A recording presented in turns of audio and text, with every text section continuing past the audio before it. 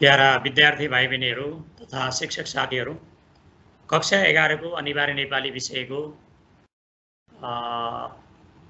पाठहरूको क्रमिक रूपमा प्रस्तुत गर्दै जाने सन्दर्भमा आज अन्तिम तथा 12औं पाठका बारेमा केही संक्षिप्त चर्चा गर्ने प्रयत्न गरिनेछ। यस अन्तर्गत आजको पाठको शीर्षक रहेको छ जलस्रोत र ऊर्जा। जलस्रोत र ऊर्जा हाम्रो देशको नेपालको जलस्रोतका सन्दर्भमा नेपाल दोस्रो धनी राष्ट्र मानिन्छ विश्वको सन्दर्भमा, र हामीले त्यसलाई उपयोग गर्न सकेका छैनौँ र त्यसबाट ऊर्जा ग्रहण गरेर हामीले आफूलाई आत्मनिर्भर बनाउन सक्छौँ नेपाललाई भन्ने सन्दर्भमा यस पाठमा ती कुराहरू चर्चा गर्ने प्रयत्न गरिएको छ। र यो वक्तृत्व कलामा भाग लिने विद्यार्थी भाइ बहिनीहरूले जे जस्ता आफ्ना भनाइहरू प्रस्तुत गर्नुहुन्छ तीलाई आधार बनाएर यहाँ दुईजना वक्ताले आफ्ना प्रस्तुतिहरू दिएका छन् जलस्रोत र ऊर्जाका बारेमा, र त्यसमा निर्णायक मण्डल रहनुहुन्छ र अध्यक्ष रहनुहुन्छ। यो औपचारिक कार्यक्रममा रहने कुराहरू हुन् र सामान्यतया जुनसुकै प्रतियोगितामा 5 भन्दा बढी 5-10 भन्दा बढी वक्ताहरू प्रतियोगितामा रहेको देखिन्छ। अधिकतम 50-60 जना पनि वक्तृत्व कलामा भाग लिएका कार्यक्रमहरू देख्न सकिन्छ र यहाँ जम्मा 2 जनालाई राखिएको छ, किनकि यो पाठ एउटा नमुनाको रूपमा प्रस्तुत गरिएको हो र यहाँ धेरै जनालाई राख्दा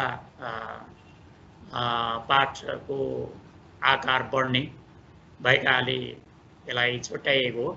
यद्यपि यी 2 जनाका भनाइलाई 4 जनामा चाहिँ प्रस्तुत गरेर यिनैलाई यी भनाइलाई नै छुट्याएर राख्न सकेको भए अझ यो पाठको पाठ्यक्रम बनाउँदा लेखकहरूले ध्यान दिन सकेको भए राम्रो हुन्थ्यो, किनकि 2 जना प्रतियोगीहरूले पनि भाग लिँदा रहेछन् र त्यसमा 2 जना मध्ये पनि पुरस्कृत हुँदा रहेछन् भन्ने भ्रम विद्यार्थीलाई पर्न सक्छ।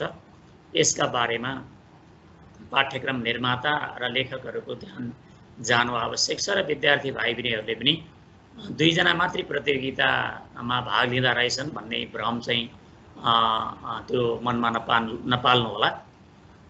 र यो पाठमा जलस्रोत र ऊर्जाका सन्दर्भमा चर्चा गरिएको छ र अन्तमा भाषा तत्त्व अर्थात् व्याकरणका सन्दर्भमा वाक्यान्तरणको चर्चा गरिएको छ। वाक्यान्तरण भनेको वाक्यलाई परिवर्तन गर्ने, उक्ति परिवर्तन छ, प्रत्यक्ष अप्रत्यक्ष कथन छ, करणलाई अकरण बनाउने, अकरणलाई करण बनाउने, वाक्य परिवर्तन छ। यी आधारमा अब कालको आधारमा परिवर्तन गर्ने यी विभिन्न खालका सन्दर्भमा अन्तिममा त्यो चर्चा गरिएको छ। यो पाठमा आएका कुराहरूलाई भाइ बहिनीहरूले सरस्वती किताबमा पढ्नु होला र पढिसकेपछि त्यसलाई किताबभन्दा बाहिर चाहिँ पढ्ने ध्यान दिने अहिले विद्यार्थी भाइ बहिनीहरूको अलिकति बढ्ता त्यो चासो रहेको छ र किताब पाठ्यपुस्तकलाई दोहोऱ्याइ तेह्राइ पढ्ने र पढिसकेपछिका अप्ठ्याराहरूलाई गुरु गुरुआमासँग चाहिँ छलफल गर्ने, सोध्ने, साथीहरूसँग छलफल गर्ने र त्यतिले नपुगे अनि अरू त्यसले यो पाठलाई प्रवर्धन गर्नको लागि अन्य थप सहयोगी सामग्रीहरू पनि अध्ययन गर्दै हेर्दै जान सकिन्छ। अहिले गुगलमा गएर तपाईहरुले यसका बारेमा धेरै स्रोतहरू खोज्न सक्नुहुन्छ र जलस्रोत भनेको के हो अनि जलस्रोत र ऊर्जाको सम्बन्ध के छ भन्ने बारेमा पनि तपाईहरुले गुगलमा गएर ती स्रोतहरू खोज्नु भयो भने यहाँ 2 जना वक्ताले प्रस्तुत गरेका भनाइलाई पुष्टि गर्ने थप सामग्रीहरू तपाईहरुले प्राप्त गर्न सक्नुहुनेछ र केवल यही पाठमा मात्रै केन्द्रित रहनु भयो भने तपाईहरुको ज्ञान अत्यन्त संकुचित रहनेछ। यो पाठलाई वक्तृता भनेर राखिएको छ। यो वक्तृता भनेको वक्तृत्व कलाकै पर्यायवाचीकै सन्दर्भमा लिन सकिन्छ। वक्तालाई वक्ता शब्ददेखि ता प्रत्यय लाएर वक्तृता बनेको हो यो वक्त्री शब्द हो संस्कृतको तत्सम शब्द त्यसमा ता प्रत्यय लागेर वक्तृता भयो त्यहाँनिर त्यही वक्तृता तत्सम शब्दको रूपमा यहाँनिर ग्रहण गरिएको छ वक्ताले भन्ने जुन भनाइ हो प्रस्तुति हो त्यसलाई वक्तृता भनिएको हो विद्यालयको सभाकक्षमा जलस्रोत र ऊर्जा विषयक वक्तृत्व कला प्रतियोगिता सुरु हुन लागेको छ उक्त प्रतियोगितामा विद्यालयका विद्यार्थीहरूले भाग लिएका छन् कार्यक्रमको अध्यक्षता विद्यालयका प्रधानाध्यापकले गर्नुभएको छ मञ्चको एकापट्टि 3 जना शिक्षकहरू निर्णायकको भूमिकामा बस्नु भएको छ 3 जना रहनुहुन्छ अर्कापट्टि प्रतियोगी विद्यार्थीहरू बस्नु भएको छ एकजना शिक्षक समय पालकको भूमिकामा हुनुहुन्छ अब त्यहाँ जनाउ घण्टी बजाउनु पर्ने स्थिति रहन्छ सामान्यतया 5 मिनेट र 7 मिनेटको दिएको हुन्छ प्रस्तुति यहाँ सामान्यतया हेर्दा यो 4 मिनेटमा जनाउ घण्टी र 5 मिनेटमा आफ्नो भनाइ टुङ्ग्याउनु पर्ने खालको विषयवस्तुहरू यहाँनिर संक्षिप्त नै देखिन्छन् कार्यक्रम कक्षा 11 मा अध्ययनरत एकजना विद्यार्थीले सञ्चालन गर्नुभएको छ सामान्यतया विद्यार्थी आफैले सञ्चालन गर्ने र आफैले प्रतियोगितामा भाग लिने र आफ्नै कक्षाका विद्यार्थी भाइ बहिनीहरू यो दर्शकको रूपमा अप्रतियोगीको रूपमा त्यहाँनिर रहँदा राम्रो हुन्छ यो तपाईहरुले कुनै पनि कक्षा रिक्त रह्यो अर्थात् शिक्षक शिक्षिकाहरू आउनु भएन भने त्यो दिन तपाईहरुले आफ्नो कक्षाको 40-45 मिनेटको जुन कक्षा हुन्छ त्यो भित्रमा पनि तपाईहरुले कुनै एउटा कार्यक्रम यसरी प्रस्तुत गर्न सक्नुहुनेछ कार्यक्रम सञ्चालकले प्रतियोगिताका नियमहरू प्रश्न पार्दै पहिलो प्रतियोगी मीना अयरलाई मञ्चमा निम्ताउनुहुन्छ मीना अयर यहाँ 2 जना एकजना छात्र एकजना छात्रा 2 जना छन् आदरणीय सभाध्यक्ष निर्णायक मण्डल मञ्चासीन भनेको मञ्चमा रहेका भन्ने अर्थ हो मञ्चमा रहनुभएका भन्ने अर्थलाई मञ्चासीन भनिएको हो मञ्चासीन र विशिष्ट व्यक्तित्वहरू श्रद्धेय गुरुवर्ग प्रतियोगी साथीहरू र अन्य उपस्थित विद्यार्थी सम्पूर्ण विद्यार्थी साथीहरू जलस्रोत र ऊर्जा विषयक एक वक्तृत्व कला प्रतियोगितामा म मीना अयर आफ्ना भनाइ राख्दैछु आदरणीय महानुभावहरू हामी सबैलाई थाहा छ नेपाल प्राकृतिक सम्पदाका दृष्टिले संसारकै धनी देश हो जलस्रोतका दृष्टिले यो देश एसियाको सबैभन्दा सम्पन्न देश मानिन्छ सिङ्गो विश्वमा हाम्रो देश जलस्रोतमा ब्राजिल पछिको दोस्रो धनी राष्ट्र हो हिमाल समुद्र नदीनाला झरना चहरा ताल तलैया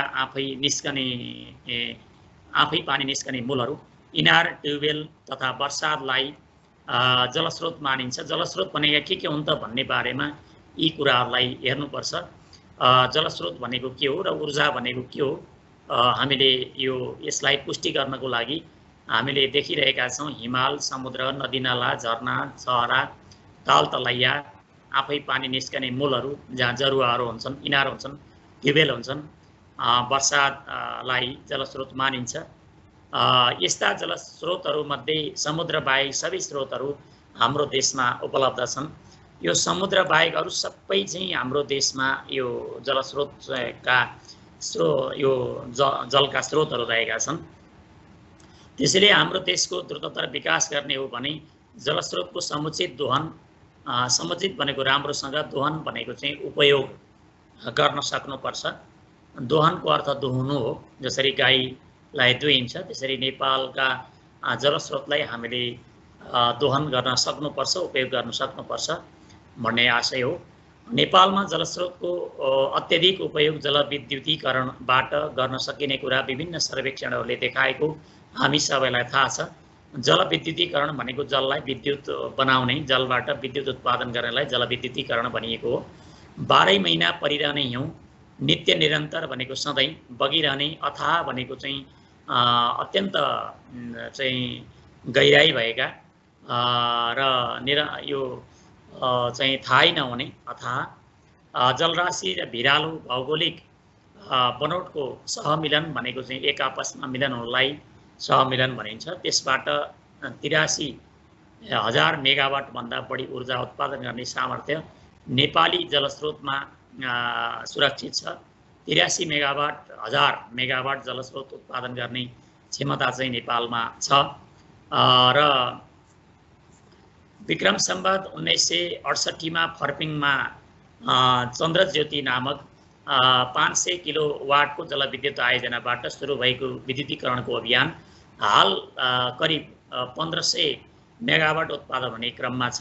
भनेको 100 वर्ष 1968 देखि अहिले 2078 सालसम्म यो अवधिमा जम्मा 1000 मेगावाट मात्रै उत्पादन भएको रहेछ, जो कि हाम्रो नेपालमा जलस्रोतको सहमिलनबाट हाम्रो 83,000 मेगावाट भन्दा बढी ऊर्जा उत्पादन गर्ने क्षमता नेपालमा छ। त्यसको हामीले उपयोगै गरेका छैनौँ। कालीगण्डकी र कालीगण्डकी जलविद्युत आयोजना जस्तो 144 मेगावाट क्षमताको विशाल आयोजना सञ्चालनमा छ। यस्ता आयोजनाहरू मार्फत हाम्रो जलस्रोतको सम्पूर्ण क्षमताको 50% मात्रै विद्युत उत्पादन गर्न सक्ने हो भने यस देशको आर्थिक उन्नति हुन बेर लाग्दैन। भर्खरैसम्म लोड सेडिङ र विभिन्न किसिमको ऊर्जा सङ्कट बेहोरिरहेको हाम्रो देशलाई त्यसबाट मुक्त गर्न सक्ने सामर्थ्य केवल जलस्रोतसँग सम्बद्ध विद्युतीकरणले भनेको विद्युत चाहिँ उत्पादनले मात्र गर्न सक्छ। त्यसैले हाम्रो देशको उज्यालो भविष्य देख्न चाहने जुनसुकै निकायले जलविद्युत आयोजनाको निर्माण, सञ्चालन र विस्तारमा ध्यान दिनु जरुरी छ। यसका लागि आवश्यक नीति नियमहरू तयार पार्नु वा आवश्यक परे फेरबदल गर्नु जरुरी छ। जलविद्युतमा लगानी गर्ने वातावरण बनाउनुपर्छ। जलविद्युतसँग सम्बद्ध उद्योग, कल कारखानाहरू खोल्ने वातावरण बनाउनु जरुरी छ। घरायसी रूपमै यी पनि जलविद्युतको खपत बढाउन हौस्याउने नीति अख्तियार गर्नुपर्छ। अझ बढी हाम्रो देशमा उत्पादित जलविद्युत विदेशसम्म पुर्याएर बेच्ने वातावरण पनि हामीले तयार गर्नुपर्छ। जलस्रोतको परम्परागत उपयोग सिँचाइसँग सम्बद्ध छ। नेपाली जलस्रोत नेपाली भूमिसँग मात्र होइन, छिमेकी मुलुकको भूमिको उर्वरासँग पनि, उर्वर भनेको चाहिँ त्यो झन् मलिलो त्योसँग पनि गाँसिएको छ। नेपाली भूगोलभित्र 6000 जति नदीनालाहरू छन्। तीमध्ये 600 भन्दा बढी नदीनालाहरू 12 महिना निरन्तर बगिरहन्छन्। यस्ता नदीनालाहरूबाट कुलो, पैनी वा नहर, यसलाई पूर्वतिर पैनी पनि भन्ने गरिन्छ, पश्चिमतिरलाई नहर भन्ने गरिन्छ, कुलो, पैनी वा नहर निर्माण गरेर खेतीयोग्य जमिनमा सिँचाइ सुविधा पुर्याइएको छ र तिनै जमिनमा उब्जेको अन्न खाएर हामी बाँचिरहेका छौँ। यसरी भूमिको उर्वरा बढाउँदै राष्ट्रको कृषिजन्य उत्पादन बढाउन पनि हाम्रो जलस्रोतको उपयोग भइरहेको छ। यस्तो उपयोगलाई अझ आधुनिक र प्रविधि मैत्री बनाउँदै कृषि आत्मनिर्भर बनाउने अभियानमा हामी सफल हुने हो भने हाम्रो विकासको फाँट अझ फराकिलो हुनेमा शङ्का छैन। श्रद्धेय श्रोतागण, नेपाली जलस्रोतको उद्योग पर्यटन र मनोरञ्जनका क्षेत्रमा पनि गर्न सकिन्छ। हामीसँग संसारकै सबभन्दा अग्लो ठाउँमा रहेको तिलिचो ताल र सुन्दर वातावरण, प्राकृतिक वातावरण भएका हिमताल तथा अन्य ताल तलैयाहरू छन्। त्यस्ता ताल तलैयाहरूलाई पर्यटकीय गन्तव्यका रूपमा विकास गरेर वर्षेनी भनेको वर्षै पछि लाखौँ पर्यटक हामीले भित्राउन सक्छौँ। फेवाताल, बेगनासताल, बुलबुल ताल लगायतका ताल तलैयाहरूको प्रचार प्रसार र तिनको सौन्दर्यलाई खलल नपुर्याउने गरी विस्तार गरिएका नौका बिहार आदिको सुविधाले नेपालको पर्यटनलाई दरो बनाउन सकिन्छ।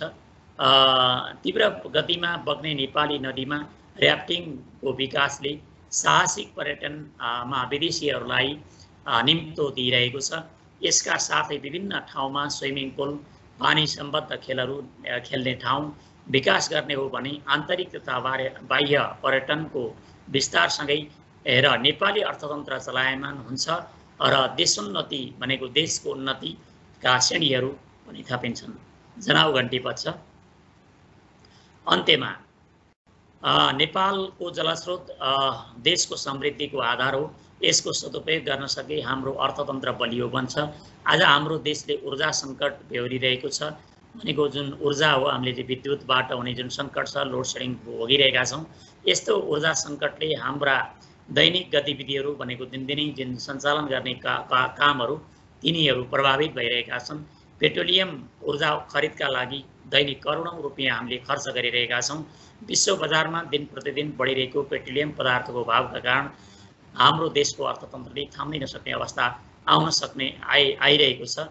घन्टी बज्छ। अब यहाँ जनाउ घन्टी बजिसकेपछि फेरि यहाँनिर मिना आयरले भनेको जुन भनाइ हो यो मूल्याङ्कनमा यस्ता कुराहरू चाहिँ समावेश हुँदैनन्। यस्तो महासङ्कटबाट हामीलाई सेतो सुनका रूपमा परिभाषित हाम्रै जलस्रोतको सदुपयोग मात्र मुक्ति दिन सक्छ। यसका अतिरिक्त सिँचाइ, सरसफाइ र स्वच्छ पानी पिउने पानीको आधार पनि जलस्रोत नै हो। त्यसैले नेपालको विकासमा जलस्रोतको सर्वोपरि भनेको सबैभन्दा माथिल्लो उच्च महत्त्व छ भन्दै मेरा भनाइ यही अन्त्य गर्दछु। धन्यवाद।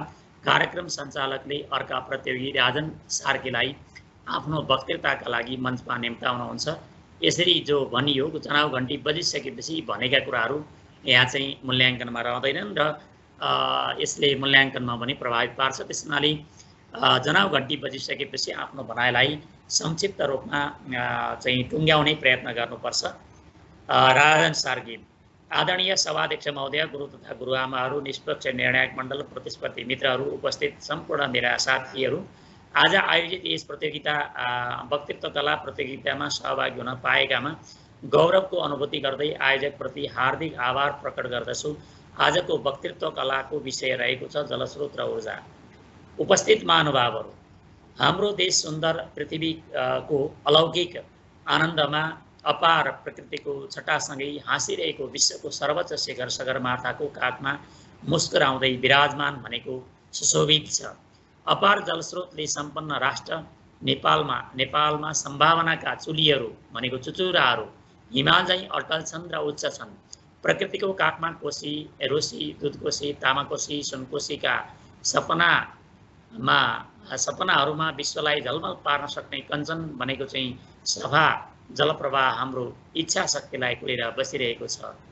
गण्डकीको गहनता भनेको गहिराई, कर्णालीको कर्मयोग, मेचीको महानता बन्दैन, महत्ता हो यहाँ बन्नुपर्ने, तर यहाँ गुरुहरूले पाठ्यक्रम निर्माताहरूले यहाँ महानता प्रयोग गर्नुभयो। महानता चाहिँ यो अशुद्ध हो। कालीको मौनता भनेको चाहिँ मौन भनेको चुप रहने, तिलिचो गोक्यो र राराको उच्चता भनेको उचाइ, फेवाको फैलावट भनेको चाहिँ विस्तार, बेगनासको शालीनता भनेको अत्यन्त शालीन, एकदम चाहिँ शान्त स्वभाव, गम्भीर मुद्रामा, तमोरको तमासा भनेको चाहिँ चटक, हाम्रा जलस्रोतका अजस्र भण्डार हुन् भनेको कहिल्यै नसुक्ने, कहिल्यै चाहिँ सदैव बगिरहने, यिनीहरूको सही सदुपयोगले हाम्रो धरती हराभरा बन्छ। पोषणयुक्त अन्नामृत भनेको अमृत प्राप्त हुन्छ। पोषणले युक्त भएको अन्नरूपी अमृतलाई अन्नामृत भनेको है प्राप्त हुन्छ। जलस्रोतबाट बिजुली निकालेर धरती झलमल पार्न उद्योग कल कारखाना खोल्न सकिन्छ। विद्युत निर्यात गरेर आय आर्जन हामीले गर्न सक्छौँ। नेपालकै भूतरातलमा रहेका जीवनदायी भनेको जीवनलाई दिने, जीवनलाई प्रेरणा दिने, जीवनलाई दिने जुन जीवनदायी जुन नदीहरू हुन् तिनीहरूबाट उत्पादित जलविद्युतीय ऊर्जाको उपभोगबाट पेट्रोलियम पदार्थको खपत न्यूनीकरण गरी देशको व्यापार घाटा रोक्न सकिन्छ। आजको डिजिटल प्रविधियुक्त विश्वमा देखा परेको ऊर्जा सङ्कट हराएर विश्व बजारमा नवीकरणीय जल ऊर्जा बिक्री गरेर प्रशस्त आय आर्जन, रोजगारी तथा सम्पन्नताका ढोकाहरू हामीले खोल्न सक्छौँ। जलका विभिन्न रूप स्वरूपहरू छन्। जल के छन्, कस्ता स्वरूप छन् त जलका भन्दा पग्लिने, अग्लिने र उड्न सक्ने क्षमता पानीमा हुन्छ। हिउँ पग्लिएर नदी बन्दा नदीको पानी बाफ बन्छ, यसरी उड्न सक्ने क्षमता जलमा छ। हिमालका थाप्लामा हिउँ जम्छ। ठोस तरल ग्यास मात्र होइन, पानीमा आगो उकल्ने ऊर्जा हुन्छ। विद्युत पानीबाटै निकालिन्छ। यस्तो महत्त्वपूर्ण चमत्कारी पानी सदुपयोग गरे बन्दछ सुखी जिन्दगानी, दुरुपयोग भए दुःखमै बित्छ जिन्दगानी। ठोस तरल ग्यास राप ताप त्यससँगैको ऊर्जाले विश्वमा अविकासका सारा स्वरूपहरूलाई चुनौती दिइरहेको छ। उपस्थित महानुभावहरू, आज हामी आफैसँगको बिना नचिनेर भौतारिरहेको कस्तुरी झैँ भएका छौँ। कस्तुरीले आफूभित्र रहेको जुन बिना हो हैन, त्यसलाई चाहिँ थाहा नपाएर ऊ चाहिँ भौतारिरहेको हुन्छ। हामी पनि त्यही तरिकाले हामी भित्र रहेको सम्भावनाका ढोकाहरू खोल्न नसकेर हामी बाहिर बाहिर भौतारिरहेका छौँ। जलस्रोतमा धनी राष्ट्र भए पनि दिगो पूर्वाधार विकासका योजनाका अभावले गर्दा हामी स्रोत र साधन भए पनि अँध्यारामा बस्न बाध्य छौँ। उर्वरा भूमि भएर पनि सिँचाइका आधुनिक प्रविधि अपनाउन नसक्दा जग्गा बाझै छन्, जनता भोकभोकै छन्, युवा शक्ति बिर्सिन बाध्य छन्। विकास निर्माणले विश्वलाई चकित पार्ने छिमेकीलाई ठुलो ठुलो हेरेर घाँस बाँसकै समस्यामा पिरोलिन बाध्य छ हाम्रो समाज।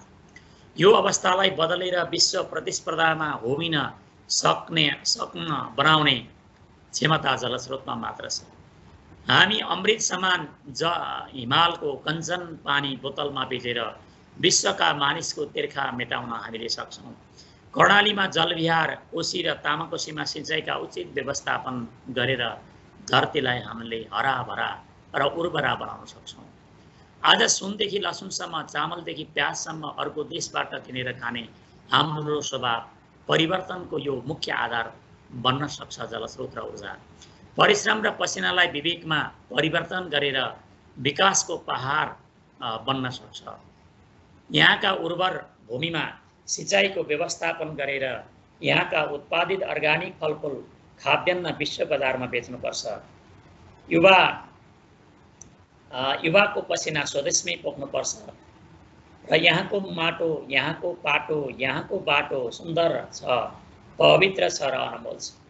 मात्र यसलाई सजाउने, सिँगार्ने, सदुपयोग गर्ने सिप, प्रविधि, कला र जाँगर हामीलाई चाहिएको छ। त्यो हामीसँग छैन। त्यो हामीले भित्र रहेको जुन सिप, प्रविधि, कला र जाँगरलाई हामीले उजागर गर्न सक्यौँ भने निश्चय नै हामी विश्वमा हामीलाई गरिब होइन सम्पन्न मुलुकको रूपमा स्थापित गर्न सक्छौँ। यो स्वच्छ हावापानीमा हुर्केका फलफुल, बगरमा फल्ने तरबुजो, पाहाडमा कागती, सुन्तला, स्याउ, नास्पति लगायतका फलफुलको अझ बढी उत्पादन जलस्रोतको सही सदुपयोगबाट सम्भव छ। जनाउघण्टी बच्छ। हामीले आफ्ना घरका हजारौं सम्भावना लत्याएर मरुभूमिमा भेडा चराउन दौडिनुपर्ने बाध्यताबाट मुक्ति दिलाउन जलस्रोतको उपयोगितालाई हामीले बढाउनुपर्छ। यही जलस्रोतको सदुपयोग गर्न सके विश्वका बेरोजगारहरू यहाँका फाँटमा भेडा, बाख्रा, चौरी चराउन आउनेछन्। जल पर्यटन बिहारका लागि पर्यटक आउनेछन्। त्यसैले उठौँ, जागौँ र जलस्रोतको सही सदुपयोगमा लागौँ। धरतीलाई ऊर्जा थपौँ। आउनुहोस् हातैमालो गरौँ। यातुङमा पर्यटक पुर्याउँ। राराको रमिता विश्वलाई देखाउँ। कर्णालीको लम्बाइ, गण्डकीको गहिराइसँगै कोशीको विशालतामा नेपाली जनमनलाई फैलाउँ। धन्यवाद। अन्य वक्ताले पनि आफ्नो वक्तव्य राख्नुहुन्छ। यहाँ समय अभाव अर्थात् पाठ लामो होला भनेर यहाँ राखिएको। निर्णायकहरूले निर्णय सुनाउनुहुन्छ र सभाध्यक्षको भूमिकामा रहनुभएका प्रधानाध्यापकले पुरस्कार वितरण गरेपछि आफ्नो मन्तव्यसहित कार्यक्रम टुङ्ग्याउनुहुन्छ। यो औपचारिक कार्यक्रम यसरी टुङ्गिन्छ। शब्द भण्डार। दिएका शब्द र अर्थबिच जोडा मिलाउन गाह्रो छैन। अथाह भनेको चाहिँ ज्यादै धेरै थाहै नपाउने। नौका, ढुङ्गा यी अब यिनलाई मिलाउन सकिन्छ। अलावा अतिरिक्त अख्तियार भनेको नियम कानुनद्वारा दिएको अधिकार, अख्तियार दुरुपयोग अनुसन्धान आयोग नेपालमा छ। त्यस्तै नित्य भनेको सधैँ, सर्वेक्षण भनेको कुनै विषयको तथ्यपूर्ण जानकारीलाई गरिने निरीक्षण परीक्षण, अनि निकाय भनेको कुनै संस्था वा सदनलाई निकाय भनिन्छ। यहाँ रहेको दुरुपयोग शब्द चाहिँ यसको जोडा मिलिएको देखिँदैन। अब 2 नम्बर, मिना अयरको वक्तृता पढिदिएको खाली ठाउँमा मिल्ने शब्द भर्नुहोस्। भाइ बहिनीहरूले अभ्यासद्वारा गर्न सक्नुहुन्छ, गाह्रो छैन।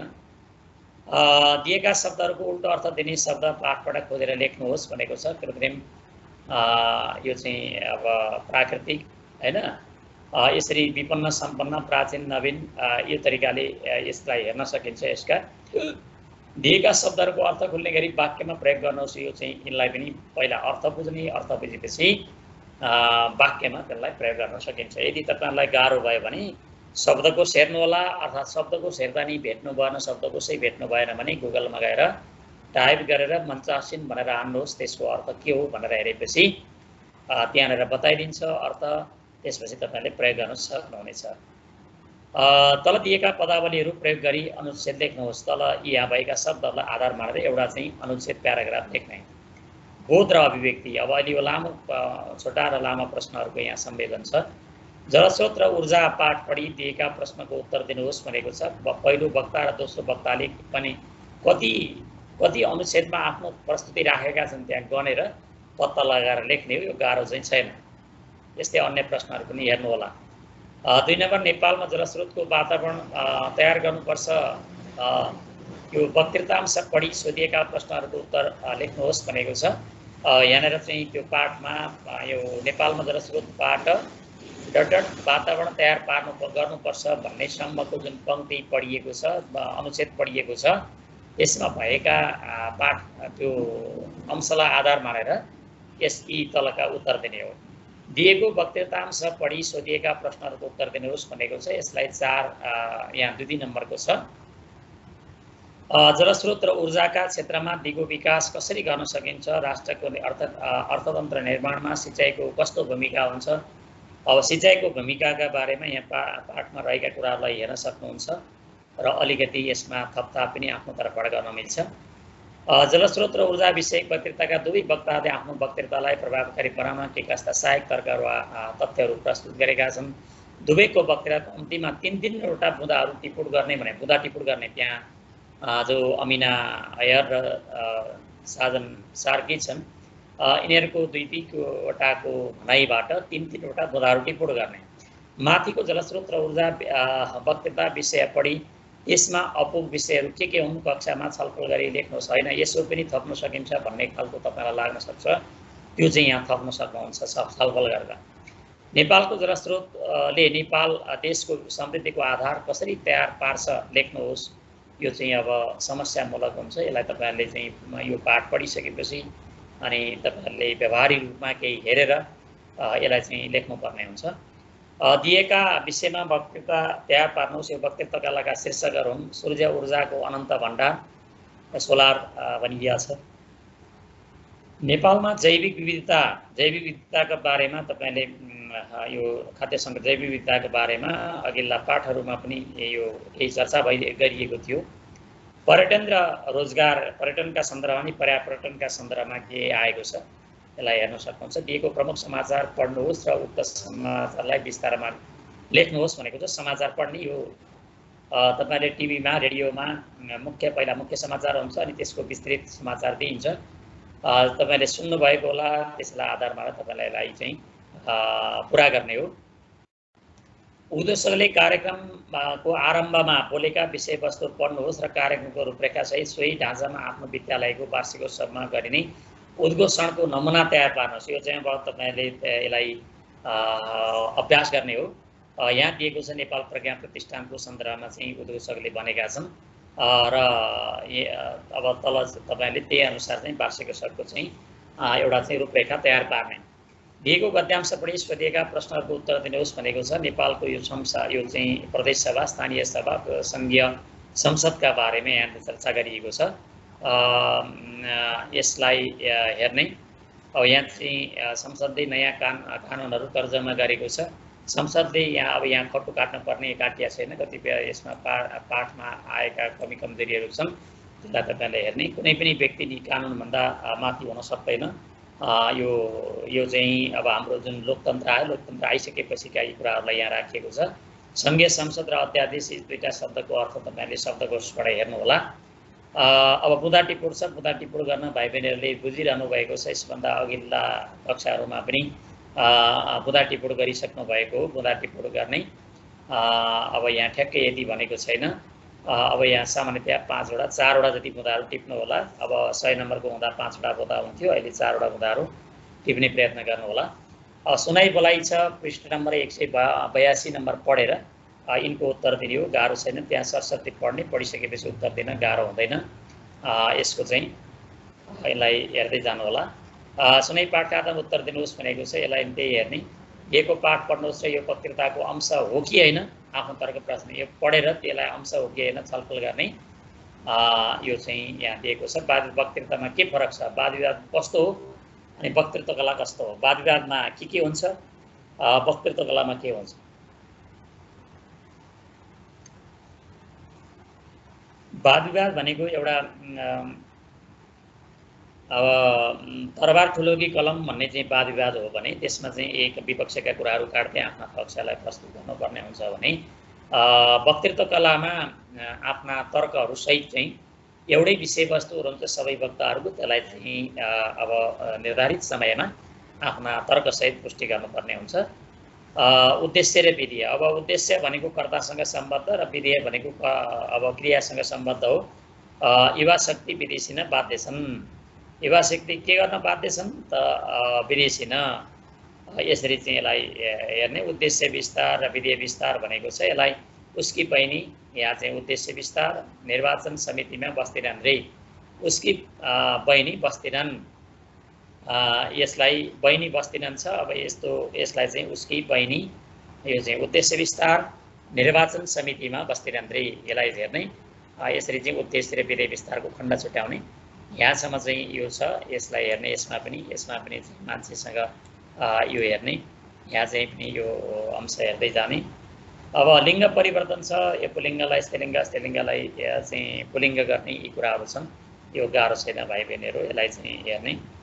दिएका वाक्यहरूलाई कोष्ठका आधारमा हेर्ने, पुलिङ्ग स्त्रीलिङ्ग वचन परिवर्तन गर्ने। अब यहाँ एक वचनलाई बहुवचन, बहुवचनलाई एक वचन छ।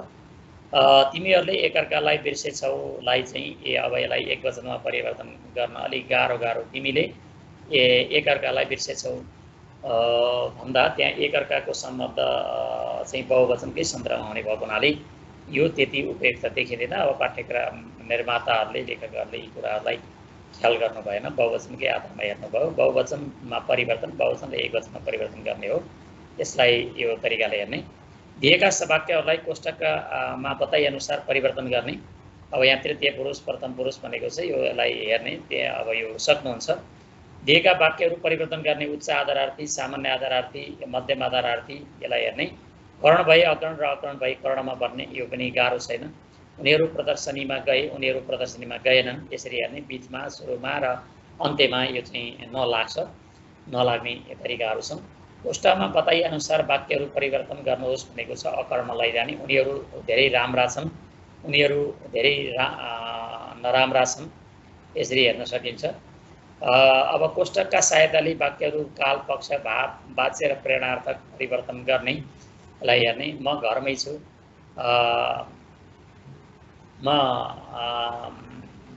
म घरमै थिएँ, हामी चिठी लेख्छौँ, अपूर्णभूत, हामीले चिठी लेख्दै थियौँ, यसरी हेर्ने यसलाई। यो चाहिँ परिवर्तनको सन्दर्भ। उक्ति परिवर्तन प्रत्यक्ष अप्रत्यक्ष, डाइरेक्ट इन्डाइरेक्ट स्पिच भनेर भाइ बहिनीहरूले अङ्ग्रेजीमा पढिरहनु भएको छ, त्यही हो। नेपालीमा माध्यम मात्रै, लिपि मात्रै फरक हो, खासै अन्तर छैन, हेर्नु होला। अप्रत्यक्ष र प्रत्यक्ष कथनको सन्दर्भ यही हो। जलवायु परिवर्तनका चुनौती विषय वक्तृता तयार पार्ने, यो बोधाका आधारमा तयार पार्न सकिन्छ माथि पढिसकेपछि। अब दिएको कुनै एक शीर्षकमा वक्तृत्व कला प्रतियोगिता आयोजना गर्ने। उक्त प्रतियोगितामा को तयारीका क्रममा यसै एकाइको सुनाइ र बोलाइ गतिविधिहरू गरे जस्तै उद्घोष, सभाध्यक्ष, निर्णायक, मूल वक्ता, समयपालक, श्रोताहरूको उचित व्यवस्थापन गर्ने। वक्तृत्व कलाका शीर्षकहरू यी रहेका छन्। सफलताका रहस्यहरू, मेरो देश मेरो गौरव, अबको युग, विज्ञान प्रविधिको युग, यी आधार मानेर हेर्न सकिन्छ। आफ्नो टोलमा सम्पन्न मैत्रीपूर्ण फुटबल प्रतियोगिता सम्बन्धी एउटा प्रतिवेदन रिपोर्ट तयार गर्ने हो। यो अघिल्लै पाठहरूमा यसका अभ्यासहरू गइसकेका छन्। पत्र पत्रिकामा छापिएका समाचारहरूको नमुना हेरी तपाईँको समाजमा भए गरेका विकास निर्माणका कार्य समिति एउटा छोटो समाचार तयार गर्ने। समाचार लेख्नलाई नै यसले सहयोग गर्छ। मानिसभन्दा प्रकृति बलियो हुन्छ भन्ने शीर्षकमा समूहबाट एक दुईजना वक्ताहरू छानी कक्षामा वाद विवाद सञ्चालन गर्ने। यो वाद विवादका बारेमा पनि यसले सहयोग गर्छ। यो सुनाइ बोलाइ छ, प्राकृतिक प्रकोप भन्ने यिनै नै रहे। यो अब नेपालीमा रहेका जति पनि समस्याहरू छन् तिनलाई हामीले क्रमिक रूपमा चर्चा गर्दै जाँदा छलफल गर्दै जाँदा सम्पन्न हुने हुन्। यसलाई यी कुराहरूलाई भाइ बहिनीहरूले र शिक्षक साथीहरूले पनि पाठ्यपुस्तकलाई राम्रोसँग अध्ययन गरिसकेपछि मात्रै हामी पाठ्यपुस्तकभन्दा बाहिरीका कुराहरूलाई सहायक सामग्रीहरूलाई अध्ययन गर्ने र धेरै लेखिरहने लेख्ने बानी धेरै बसाल्दै जान सक्यौँ भने निश्चय नै यो नेपाली भाषामा रहेका कमी कमजोरीहरू जटिलता शुद्धाशुद्धिका कुराहरू मैले व्याकरण जान्दिनँ भन्ने व्याकरण पनि खासै यहाँनिर धेरै गाह्रा चाहिँ छैनन्। यी कुराहरूलाई नै विद्यार्थी भाइ बहिनीहरूले उच्च मनोबलका साथ यिनलाई हेर्नुहोला र परीक्षा पछाडि पनि तपाईँहरूले अब नेपाली भाषाका व्याकरणका कुराहरूलाई हेरिरहनु भयो भने निश्चय नै तपाईँको नेपाली लेखन चाहिँ समृद्ध हुँदै जान सक्नेछ र नेपालीमा लेख्न सक्छु भन्ने आत्मविश्वास बढ्दै जानेछ भन्ने अपेक्षा गर्दै अनिवार्य नेपाली विषयका कक्षा 11का यी 12वटा श्रृङ्खलाहरू यसभन्दा अगाडि पनि प्रस्तुत गरिएका 11वटा श्रृङ्खलाहरू छन् र यो सहित 12वटा श्रृङ्खलाहरू हेर्दै जानुहोला। हेरिसकेपछि आफूलाई लागेका केही जिज्ञासा प्रतिक्रियाहरू भएमा मेरो युट्युब च्यानल पठन संस्कृति अभियान रिडिङ कल्चर क्याम्पेन मा वा यही भिडियोको अन्तमा रहेको कमेन्ट बक्समा कमेन्ट गरिदिनु हुन सबैमा हार्दिक अनुरोध गर्दै आजलाई यहाँहरूसँग बिदा चाहन्छु। धन्यवाद, नमस्कार।